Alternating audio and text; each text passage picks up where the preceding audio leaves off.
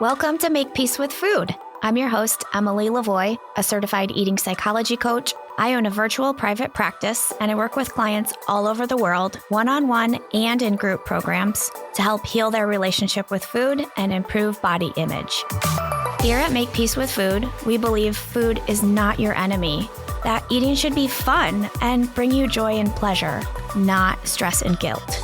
To keep this a safe space, I will try my best to avoid mentioning numbers like calories and weight, as well as other potentially triggering content, but you know yourself best, so please avoid any episode topics that may not feel helpful to where you're at in your healing journey.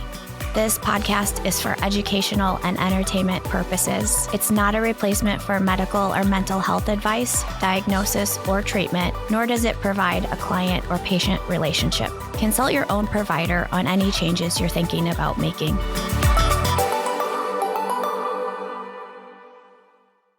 Today's episode is brought to you by my one-on-one coaching. If you're curious about becoming a client and want to learn more about what it looks and feels like to receive support in healing your relationship with food and improving your body image, go to my website, emily-lavoie.com, to schedule a free 30-minute Zoom consultation. Welcome to episode 2.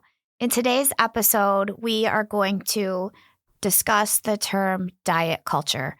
I feel like this is super important for you to have a really good grasp and a complete understanding of, because it is a term you are going to hear me use probably multiple times in every single episode. And I feel like when people hear the term diet culture, they understand it in a really small way, like a drop. But I want people to have a complete understanding for all of what diet culture entails and every single place it might show up in our life. A lot of times, I think that people's initial thought when they hear the term diet culture is the pressure that they feel to have a body that looks a certain type of way. And yes, that is a very small piece of a portion of what diet culture is. This is something that I go over with every single one of my clients, typically in the very first session. And before we dive into the word diet culture, I want to take just 1 minute to talk about the word culture. So the best way that I have found to explain the term culture is, I'm going to try to paint a picture for you to see in your mind. So stick with me. Imagine like this cartoon drawing that like a 5-year-old could do. And in this drawing, there's 3 fish, okay? 2 fish are swimming one direction side by side together. And there's then 1 single fish swimming the opposite direction. And they're going past one another. And the single fish says to the 2 fish as they pass one another, "Hey guys, how's the water?" All the fish continue swimming on along in their opposite directions, and the 2 fish that are swimming together, one says to the other, "What the hell is water?" All of that to say, culture is constantly surrounding us. It is the water we're swimming in. It's the air that we're breathing. It's the thoughts that we're conditioned to think. It is sometimes brainwashing us without our knowing. And that's how diet culture is. We live and breathe diet culture. We're swimming in it. It's on every single commercial. It's on the radio. It's on billboards. It's in movies. And what I want to do today by defining this term is open your eyes to it. I want you to be able to see it. I want you to take the blinders off. Not only do I want you to be able to see it, I want you to be able to call it out. Like, oh my gosh, that's diet culture. There it is again. And it's over here too, because what diet culture does is it kind of makes us a victim. And I know for myself, I have certainly been a victim of diet culture in the past. And I want to say that all of my clients have also been a victim of diet culture at one point or another during their life, probably multiple times, honestly. But I don't want you to ever be a victim of diet culture again. So we have to understand where and when it's showing up in our life. So now that you have a decent understanding of what culture is, let's go ahead and dive in and define the term diet culture. I came across this definition by a gal named Christy Harrison, and I'm going to read it in its entirety to you, and it's kind of broken down into 4 parts. Christy Harrison is the author of 2 books that I highly recommend reading. One is called Anti-Diet, and the other is called The Wellness Trap. I'll link to both of them in the show notes if you're interested. So, diet culture is 1, a system of beliefs that worships thinness and equates it to health and moral virtue, which means you can spend your whole life thinking you're irreparably broken just because you don't look like the impossibly thin ideal. Next, diet culture is a system of beliefs that promotes weight loss as a means of attaining higher status, which means you feel compelled to spend a massive amount of your time, energy, and your money trying to shrink your body, even though the research is very clear that almost no one can sustain intentional weight loss for more than a few years. 3, diet culture is a system of beliefs that demonizes certain ways of eating while elevating others, which means you're forced to be hyper-vigilant about your eating, ashamed of making certain food choices, and distracted from your pleasure, your purpose, and your power in life. And lastly, diet culture is a system of beliefs that oppresses people who don't match up with its supposed picture of quote-unquote health, which disproportionately harms women, femmes, trans folks, people in larger bodies, people of color, and people with disabilities, damaging both their mental and physical health. I've had a handful of clients, and once they've seen this entire definition and they're taking it in, sometimes people do have somewhat of an emotional response when they realize the complexity of what diet culture is and all of the different ways it creeps into the nooks and crannies of their life. So if you are feeling any type of way right now, feeling emotional, I also see people have a lot of anger come up. And I actually think it's kind of cool when anger comes up when we realize diet culture has conditioned us to think and behave in a lot of the ways we think and behave throughout life. We can use that anger in the future to get to a better place. So we can use that anger as motivation to keep healing and keep calling diet culture out and keep working to make peace with food and keep working to heal our body image. So the next thing I want to do is kind of circle back to each of the bullet points, each of the 4 bullet points that were the definition of the term diet culture one by one and kind of have a conversation about each individual bullet point. So if you listened to the first episode already, we kind of discussed how our culture worships thinness, and that is visited in the definition of diet culture's first bullet point, but I want to expand on that even more. Yes, we definitely live in a culture that worships thinness, and that shows up in people sacrificing their health in a lot of ways and changing the way that they eat in order to pursue thinness. And so often we're conditioned to think that thinness and health are the same thing, that if a person is thin, then they are also healthy. And if a person is not living in a thin body, well, then that just means that they're unhealthy. And that's just so far from the truth. But unfortunately, that happens in our society. And our society definitely I don't know that it's necessarily just come right out and said, but people in this world who live in smaller or thin bodies are definitely worshipped or respected more.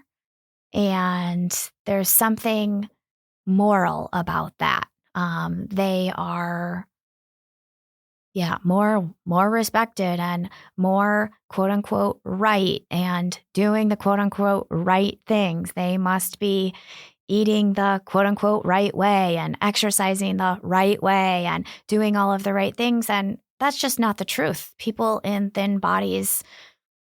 are people in thin bodies who are unhealthy. There are people in thin bodies who have diseases. And there are people in thin bodies who have symptoms that are not being managed properly. There are people who are thin that do not sleep or prioritize sleep, get enough rest, are addicted to drugs, don't manage stress, don't exercise or move their body ever, eat far less than enough.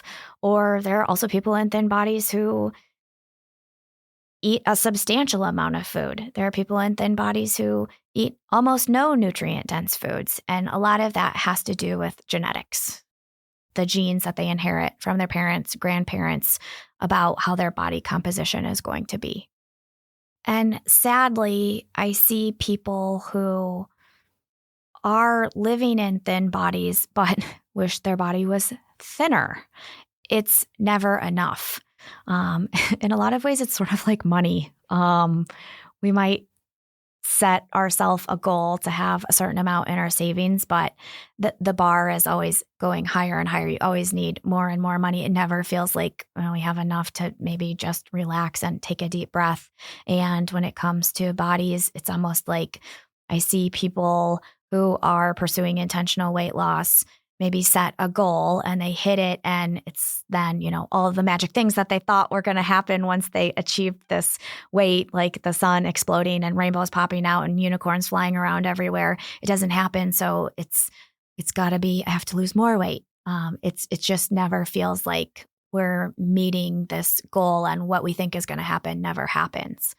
But I also see people who live in bodies that aren't necessarily thin by our cultural standard of thinness, truly thinking that there's something wrong with them, and they spend their entire life putting so much energy into chasing thinness, but it's always a moving target. It's never achievable. And for a lot of people who are genetically not in thin bodies, even if they were to ever attain it, it would be at the cost of their health. They would be engaging in incredibly unhealthy behaviors in pursuit of this impossibly thin ideal. And then they feel like there's something wrong with them. They feel broken. They feel like a failure because they can't achieve this quote unquote ideal body that they're chasing. Moving on to the second point, it's discussing how diet culture promotes weight loss as a means of attaining higher status. I definitely have seen people lose weight short term because we haven't quite cracked that code yet. We being the scientific community, the research community who is constantly researching, trying to shrink bodies permanently. They have yet to figure out how to do that. But when people do lose weight short term and then end up gaining the weight back, I know that they feel like they are more respected or they have achieved this higher status as a human being by short term losing weight. And that comes about in receiving more attention. Maybe it's more attention from people of the opposite sex. Maybe it's they receive more compliments and comments about their appearance. Oh, you look so great. Oh, wow. I know that I've had clients who say that when they are at their heavier weight, so clients who have weight cycled several times, gone on and off diets, gained, lost, gained, re-lost the same weight over and over and over again, they say that it really hurts when, they're receiving all of these compliments on their weight loss journey. And then when that fails and the weight starts coming back on, the compliments stop. And they feel that. And I know that there's these stupid fashion rules that don't exist. Like there's not a fashion police that if you weigh over X, you can't wear stripes or bright colors or certain patterns, but they follow these rules. Like some fashion police is going to come and give them a citation or arrest them. So I know that sometimes when people are in a larger body, they want to wear really baggy clothes and they think that that's hiding their body, or they want to wear black or dark colors. But regardless of your body size, you can wear bright colors, you can wear stripes, you can wear florals, you can wear patterns. There are no rules. And I think fashion is this really cool way to express yourself. And when you meet somebody, it's kind of, you can use fashion to make some impressions and give people an idea of who you are and your personality as they're getting to know you through fashion. And I think that's really cool. Kind of getting off track here, but I definitely know that there is something that people feel who have lived in a larger body and then gone to making their body smaller, even if it is just short term, that they just feel more confident and less invisible, that people notice them, which is really sad and heartbreaking.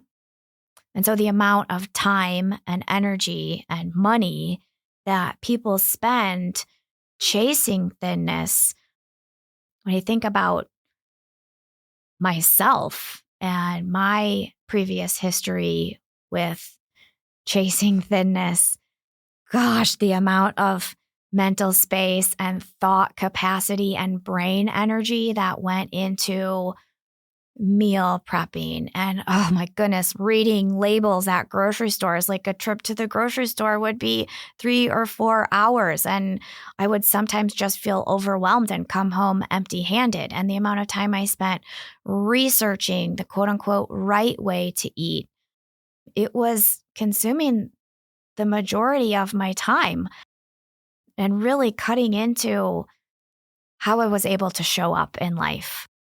And definitely stole so much happiness, time, energy, and money from me. And I see that happening for so many people. And we will get into the research in future episodes of what the last 150 years of research on intentional weight loss has continued to prove over and over and over again about, yes, we know how to shrink bodies short term. We have figured that out, but we have yet to figure how to shrink bodies long term. And so I'm looking forward to getting into that in more episodes with you. Another way I sort of see that show up, or another way I hear that show up sometimes, is when people are out and about in public. If they live in a larger body, they kind of feel compelled to maybe order the salad at a restaurant, or maybe they feel compelled to order like the quote unquote healthier food option, and almost make it seem like they are actively pursuing weight loss in order to be accepted by other people, and kind of like putting on this show because there's a lot of pressure that that's what they quote unquote should be doing, even though that's maybe not what they want to order and that's not what is going to be satisfying to them. And I also know that this happens, that if a person is in a restaurant and they live in a larger body and they're eating the salad, people will just like walk by and make comments about what they're eating. Like, oh yeah, good for you. You'll get there. Keep going. You got this. You're doing so good. Stay on track. And it's like, I truly believe that nobody should be making comments on other people's bodies or other people's food choices. People don't need someone else patting them on the back for making quote unquote healthy food choices. So if a thin person can eat pizza in public, or a thin person can be out in public enjoying a donut and still be viewed as quote unquote healthy, like a pizza or a donut isn't destroying a thin person's health, then a person in a larger body should also be able to eat pizza. I feel like I'm hating on pizza and hating on donuts, but should still be able to eat pizza or donuts in public and not feel like they're doing something quote unquote wrong or they're destroying their health or you shouldn't be eating that. It's just, it's really yucky. So moving on to the third section, kind of overlaps with what I was just saying, but certain ways of eating are demonized while other ways of eating are elevated, which means, yeah, people are spending so much time and energy being so hypervigilant about their food choices. And I see this happening all the time. I hear this happening. I used to say this myself. I'm kind of embarrassed by it, but this idea of using the words good and bad when referring to food. So like, oh, I've been being so bad lately. I have to get back on track on Monday and start being good again.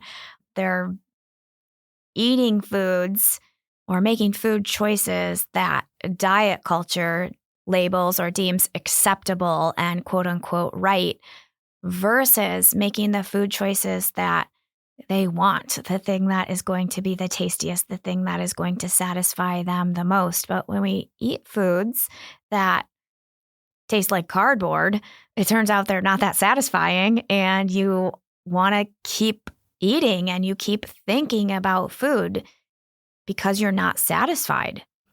And there's so much guilt that shows up when people are eating a food that diet culture has labeled as eye roll bad, and the amount of guilt and shame that people feel and try to get back on track and start over Monday or punish themselves at the gym when food is truly morally neutral.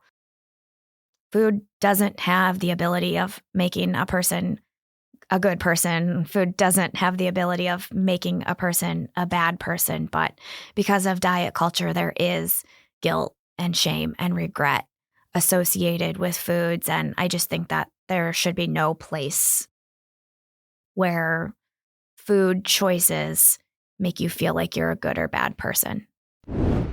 So circling back to this fourth bullet point of the definition of diet culture, I'm just going to briefly reread it and remind you. A system of beliefs that oppresses people who don't match up with the supposed picture of health, which disproportionately harms women, femmes, trans folks, people in larger bodies, people of color, people with disabilities, damaging both their mental and physical health. So that first word, oppresses or oppression, kind of a reminder to myself. Oppression kind of loosely is defined as unjust treatment that is cruel and controlling. I definitely see diet culture or the pressure to be thin controlling people, and it's cruel and it's unjust. But how I explain this when I'm working with clients is diet culture does disproportionately harm some people more than others, meaning I'm not saying that men don't feel pressure to have the perfect body, but women feel that pressure more. It's more heavily weighing on them. And then there's intersections of this pressure, which means if you are a woman and a woman in a larger body, you have intersections of oppression. So you would feel that pressure even heavier than someone who is just a woman that is thin. If you happen to be a person of color and identify as a woman and you're in a larger body, those are like 3 intersecting areas of oppression. So they're going to feel that even more so.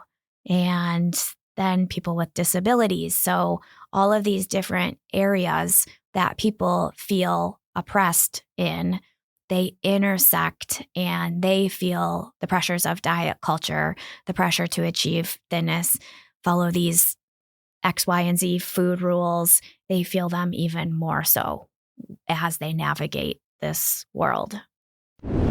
That's basically diet culture in a nutshell. I hope that gives you a really clear and broad understanding of everything that diet culture entails and how regularly it's showing up in your life and impacting your thoughts and behaviors. And I always, one of the first things I do with clients when I work with them is, okay, from now until forever, for the rest of your life, you need to see diet culture and call it out and not allow yourself to become a victim of it ever again. So sometimes it can be helpful for people to have something that they say every time they see diet culture showing up. Maybe it's every time they see it, they roll their eyes. I knew somebody who every time they were confronted with diet culture, they would say, that's bullshit. So they were literally saying to themselves almost all day long, that's bullshit, that's bullshit, that's bullshit.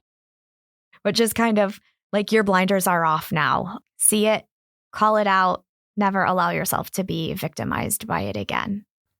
I could go on and on about different ways diet culture shows up in people's lives, but just off the top of my head, if you're in the practice of stepping on the scale every single day and then allowing that number to dictate how you feel or how you're going to eat that day, that's a way that diet culture is showing up in your life, and you're giving your power to a number on the scale instead of being selfish and protective of your power.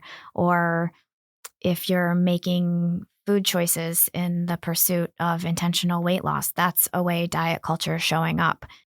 If you think that you are a failure because you regained weight, that's diet culture.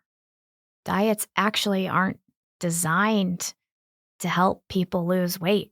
Diet culture needs return customers. It's not you that failed. It's the diet that failed, and it's designed to fail so that you will keep spending your hard-earned money pursuing something that research clearly shows is not possible for the majority of people. If you have some thoughts and feelings that are coming up as you hear this definition, that's normal. You should have some thoughts and feelings coming up. And if you'd like to talk more, I'm available, and feel free to schedule a free Zoom consultation with me at my website. That's the show. Thanks so much for listening. If you enjoyed it, I'd be so grateful if you take a minute to follow or subscribe to the podcast and leave a rating and review on Apple, Spotify, or whatever podcast platform you're listening on. It helps others to find the podcast and continue spreading this important information to more people who need to hear it. This podcast is made possible by paid supporters at patreon.com/makepeacewithfood. They're truly what keep this show going so that I can pay my assistant, editor, producer, and allow me to keep sharing all of this content and doing this important and needed work with you all. Go to patreon.com/makepeacewithfood to sign up for as little as $3 per month. Make Peace with Food is hosted by me, Emily LaVoie. It's produced and edited by Jake Lamore at Pathfinder. Thank you so much for your support.